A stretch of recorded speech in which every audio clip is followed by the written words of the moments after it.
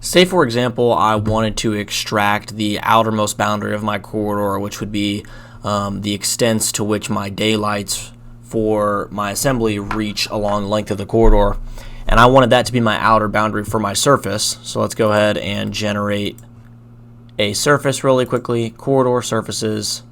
We'll delete this guy, create a new one, specify code, apply, and then I'll go ahead and change the style to CVLXPG. Got some weird funky stuff going on at the ends here, but we'll just ignore that for the sake of this video.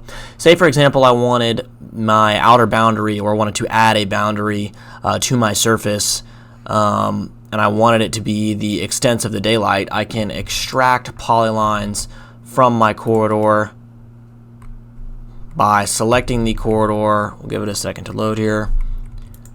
By selecting the corridor, or excuse me, typing in create polylines from corridor, and then I can select the corridor feature lines which I want to create a polyline from. So say, for example, this outermost limit here is the daylight in my assembly, so that's going to be the extents of which grading will occur along the length of the corridor. I can click on it, press OK, and then it will extract a polyline along the length of that cut or filled daylight, and then I can repeat that process all the way around.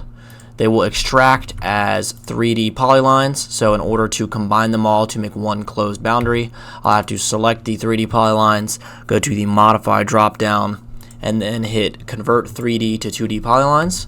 So now it will be converted to just a polyline instead of a 3D polyline, and then I'll change the elevation for all of them to 0, and then I will be able to fillet them all together using 0 radius, or connect them, draw a new polyline from one to the other in order to create a closed boundary around my corridor, which I can then import as a boundary into the surface that is generated from the corridor.